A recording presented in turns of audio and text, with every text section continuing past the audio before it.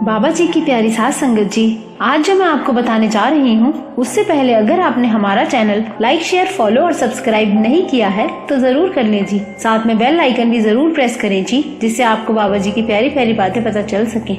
मैं आपको एक बहुत ही प्यारी सी घटना बताती हूँ, क्योंकि ये घटना सुनकर सारी संगत खुद को इतना खुश नसीब समझेगी और इस घटना से आप खुद को कनेक्ट कर पाएंगे उस परमात्मा के साथ। बाबा जी से प्यार और विश्वास इतना बढ़ जाएगा कि हम कितने किस्मत वाले हैं कि बाबा जी बड़े प्यार से हम बच्चों से मिलने आते हैं। वो कहते हैं ना, बाबा जी आपके पास हमारे लिए तो खजाना ही खजाना है और हमारे पास आपके लिए सिर्फ और सिर्फ शुक्राना है। तो घटना ये है कि एक बार एक व्यक्ति था जो मृत्यु से पहले अपने बेटे को बुलाता है और उसको सोने चांदी और हीरे जवाहरात से भरी तिजोरी देकर कहता है कि बेटा, जब भी ये तिजोरी खत्म होने लगे या खत्म हो जाए तो मैं एक मंत्र या प्रार्थना देता हूँ। उस प्रार्थना को दोहराने से इसका धन भरना शुरू हो जाएगा। फिर उस व्यक्ति ने 4 शब्दों की प्रार्थना बताई और उसके बाद वो गुजर गया।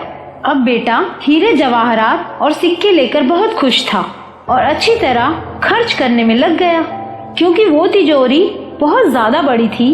तो उस तिजोरी को खाली होने में बहुत साल लग गए। अब इतने साल में तो वैसे ही इंसान बहुत सारी बातें भूल जाता है, तो इतने साल तक तो वो प्रार्थना भी भूल चुका था।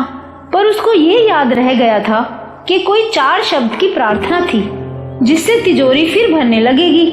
उसने बहुत कोशिश की पर वो 4 शब्द उसे बिल्कुल याद नहीं आए। आखिरकार उसने लोगों से पूछना शुरू किया। कभी पड़ोसियों से पूछता कि आपको कोई 4 शब्द की प्रार्थना पता है जिससे मेरा धन बढ़ने लगे।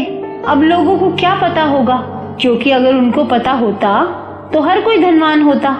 फिर भी सब लोगों ने अपने अपने अनुभव के हिसाब से बताना शुरू किया। एक व्यक्ति ने बताया, तुम 4 शब्द की प्रार्थना बोलो, ईश्वर मेरी मदद करो। जब उसने सुना तो उसको लगा ऐसी तो पिताजी ने कोई प्रार्थना नहीं बताई थी, क्योंकि जो हमने एक बार भी सुना होता है तो हमें किसी के बताने पर याद आ जाता है। पर उसको ये शब्द भी प्रार्थना के नहीं लगे। फिर भी उसने यह शब्द दोहराए पर धन तिजोरी में नहीं बढ़ा। वो बहुत दुखी हुआ। फिर वो ब्राह्मण के पास गया तो ब्राह्मण ने उसे 4 शब्द की प्रार्थना बताई कि ऐसा बोलो, ईश्वर तुम महान हो।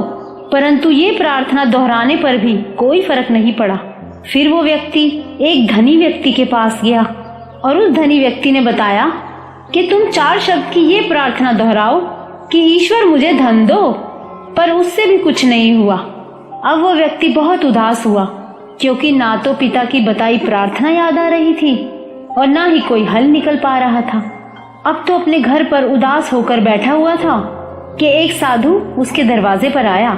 उसने कहा, सुबह से कुछ नहीं खाया है, खाने के लिए कुछ हो तो दे दो। तो उस व्यक्ति ने साधु को खाना दिया। वो साधु बहुत खुश हुआ और खुशी में ईश्वर को प्रार्थना करते हुए बोला, हे ईश्वर तुम्हारा धन्यवाद। अचानक वो व्यक्ति चौंका, जैसे उसे वो पिता के बताए 4 शब्द याद आ गए हों, और वो एकदम से बोला, अरे यही तो वो 4 शब्द थे, हे ईश्वर तुम्हारा धन्यवाद।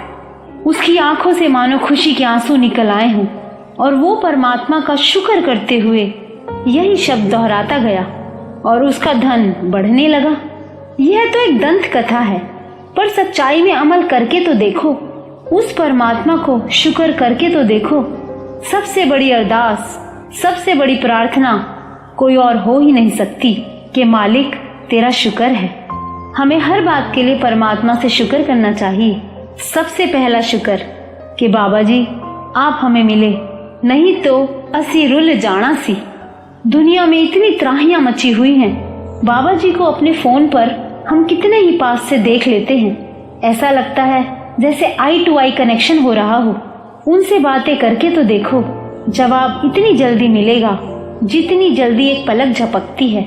ये तो प्यार और विश्वास का रिश्ता है।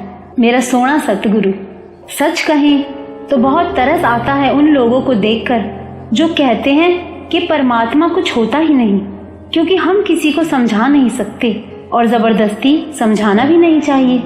बाबा जी को जिसको खींचना होता है उसको खींच ही लेते हैं, और जिसको मालिक ने खींच लिया तो उसका कोई क्या बिगाड़ सकता है।